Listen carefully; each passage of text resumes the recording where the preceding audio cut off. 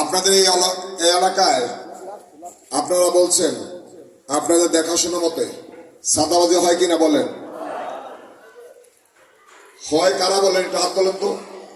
সাদাবাজি যেটা হয় বুঝাইতে পারি না মনে হয়। সাদাবাজি হচ্ছে কিনা এটার পক্ষে যারা হাত তোলেন তো। যারা মনে করেন সাদাবাজি হচ্ছে, যারা মনে করেন সাদাবাজি হচ্ছে তারা হাত তোলেন।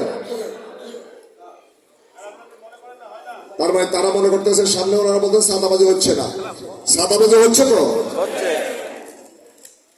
সাদাবাজি মুক্ত হওয়া দরকার, সাদাবাজি বন্ধ হওয়া দরকার। এর পক্ষে কার হাত তোলেন? এখন বুঝছেন? হাত নামাই ফেললেন যে সাদাবাজি মুক্ত হয়ে গেল। আমি বলছি সাদাবাজি মুক্ত হওয়া দরকার কিনা বলেন? আচ্ছা, সাদাবাজির কারণে কি কি সমস্যা হচ্ছে একজনে বলেন। এখানে একজন বলেন সাদাবাজির কারণে কি সমস্যা হচ্ছে? হ্যাঁ বলেন।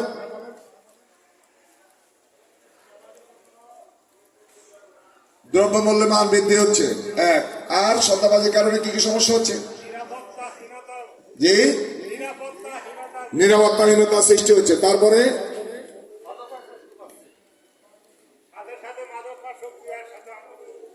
মাদকাসক্ত, এই সাদাবাজি করে মাদক খায়, ঠিক কিনা? তারপরে আর কি সমস্যা?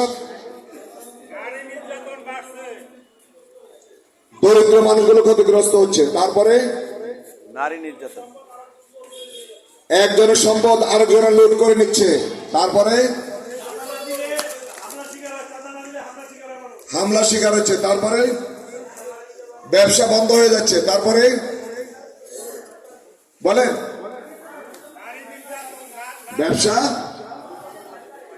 ব্যবসা উদ্যোগ নিতে ভয় করে, উদ্যোক্তা তৈরিতে সমস্যা সৃষ্টি হচ্ছে। তারপরে ব্যবসা বড় হোক, ব্যবসা বড় হবে, ব্যবসা সম্প্রসারণ হবে, এখানে মানুষ ভয় করছে ফ্যাক্টরি করে লাভকে সাদা দিতে হয়, ঠিক না ভাই? ঠিক। যারা ব্যবসা করছেন এই সাদাবাজির কারণে একের ভিতরে 2 নাকি 3 নাকি 10 নাকি বহু। এখন বলেন তাহলে একটি অপরাধ যদি বন্ধ হয় বহু অপরাধ বন্ধ হয়ে যায়, কি বলেন? একটি আয়াত যদি চালু হয়, ইন্নাস সালাতা তানহা আনিল ফাহশাই ওয়াল মুনকার, একটি আয়াত যদি চালু হয় সমাজের সকল অপরাধ বন্ধ হয় কিনা বলেন?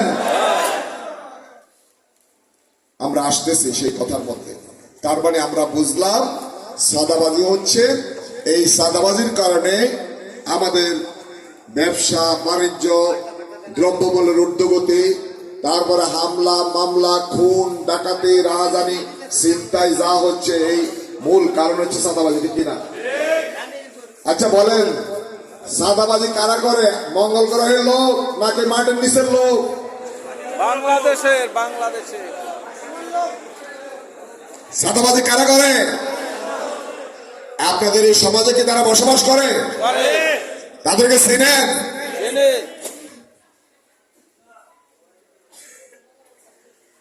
এই সাদাবাজদেরকে চিহ্নিত করতে হবে। সাদাবাজি বন্ধ করতে হলে সাদাবাজদের চিহ্নিত করতে হবে, ঐক্যবদ্ধ ভাবে তাদের হাত ভেঙে দিতে হবে।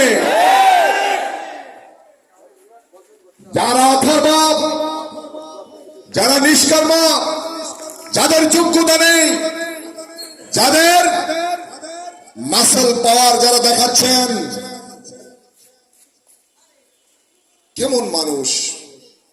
আপনি চাকরি করবেন, আপনি ব্যবসা করবেন, আপনি সময় দিবেন, শ্রম দিবেন, তারপরে আপনি কি আপনি ইনকাম করবেন। বিনা পয়সায় বিনা পুঁজিতে ইনকাম অনেক হয়েছে 54 বছরে, আর হবে না ইনশাআল্লাহ। আমরা সাদাবাজ মুক্ত সমাজ প্রতিষ্ঠার জন্য আমরা কাজ করছি। এখানে সাদাবাজি কিভাবে বন্ধ করতে হয় আপনাদের সাথে মতামত নিব আমরা ইনশাআল্লাহ। এখানে প্রশ্ন করেছেন কবরস্থান নেই, আমাদের পরিস্থিতি আপনাদের দিয়েছি। কবরস্থান, হসপিটাল, এখানে বিশ্ববিদ্যালয়, সরকারি কলেজ, এগুলো আমাদের নির্বাচনী ইশতেহার, আমাদের ভিশন। এখানে একজন প্রশ্ন করেছেন, আপনি যদি নির্বাচিত হয়ে যান আপনার দরজা খোলা থাকবে কি না? সময় তো ভাইরা, মসজিদের একজন ব্যক্তি যখন আজান দেয়, আজান দেওয়ার পরে দরজা বন্ধ করে? আজান দেওয়ার আগে দরজা বন্ধ থাকে অনেক ক্ষেত্রে, ঠিক না ঠিক? আমরা তো আজান দিয়েছি, আজান দেওয়ার পরে একজন মুয়াজ্জিন, একজন ইমাম মুসল্লিদেরকে ডাকে, হাইয়া আলাস সালাহ, হাইয়া আলাল ফালাহ, কল্যাণের দিকে ডাকো, কল্যাণের দিকে আসো। তা আমরা আপনাদের তো এখানে মুয়াজ্জিন, আমরা বলছি কল্যাণের দিকে আসেন। তো কল্যাণের দিকে যিনি ডাকেন উনি কি কল্যাণের দরজাকে বন্ধ করবেন? না। কল্যাণের দরজা খোলার জন্য, আপনারা আমাদের সাথে সাক্ষাতের জন্য আমরা আপনাদের কাছে হাজির হয়েছি, এবং গত 17 বছরে আপনাদের সাথে আমাদেরকে বিচ্ছিন্ন করে রাখা হয়েছিল। আমাদের জেলে নেওয়া হয়েছে, হয় বাসাতে থাকতে পারি নাই, জেলে, কেউ কবরস্থানে, কেউ ফাঁসিতে, কেউ বনে জঙ্গলে।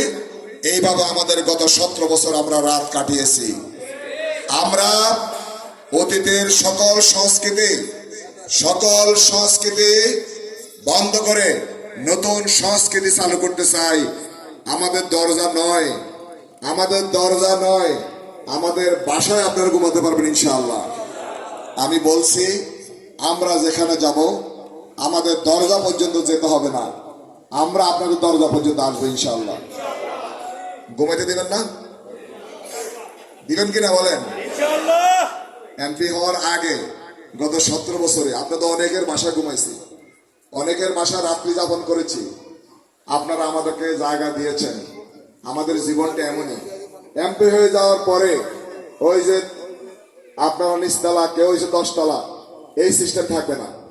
আপনারা অধিকারের জন্য, আপনার অধিকার প্রতিষ্ঠার জন্য এই যে এমপির দরজায় দৌড়াতে হবে না, এমপির ঘরে, এমপির বাসায় গিয়ে যত তলা ক্ষয় করতে হবে না। এমপি অধিকার নিয়ে আপনার